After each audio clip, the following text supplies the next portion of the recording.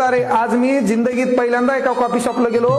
काय त्या 11-12वीच्या पोरी, त्याची बसण्याची पद्धत, त्याच्या बाजूला बसलेलं दलिंदर, 25 इंच कंबर आहे त्याची, झापड मारली तर मरते पा, एवढीशीच कंबर, आणि ते तिच्या खांद्यावर हात टाकून बसले. या 11-12वीच्या पालकाकडे झालेत पैसे जास्त, याच्या बापाला हाणावं लागतं एकदा.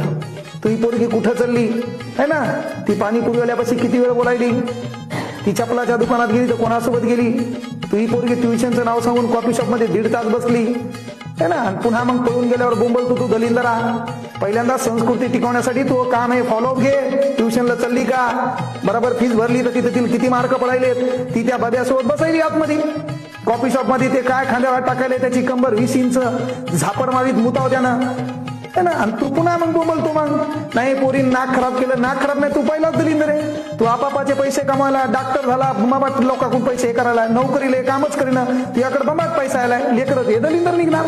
त्यासाठी समाजासाठी काही देणं लागतं, समाजासाठी काही करणं लागतं. तेव्हा ईश्वर देखील कोटी कन्या पुत्र असावे सात्विक, तेव्हा आपले लेकरं चांगले होतात. नाहीतर काय नाही, लोकांचे पैसे लुटले, तो बंबाट खाल्ले, ते लेकरं कॉफी शॉप मध्ये चालू आहे त्यांचं डटंग डटंग टटंग टटंग. मग तू पुन्हा मायाला, ती डायरेक्ट मायाली, पप्पा मी त्याच्या वाचून राहू शकत नाही. आजकालच्या पुरी ऐकलं न बोललेलं बरं, मी काय महाराज नाही.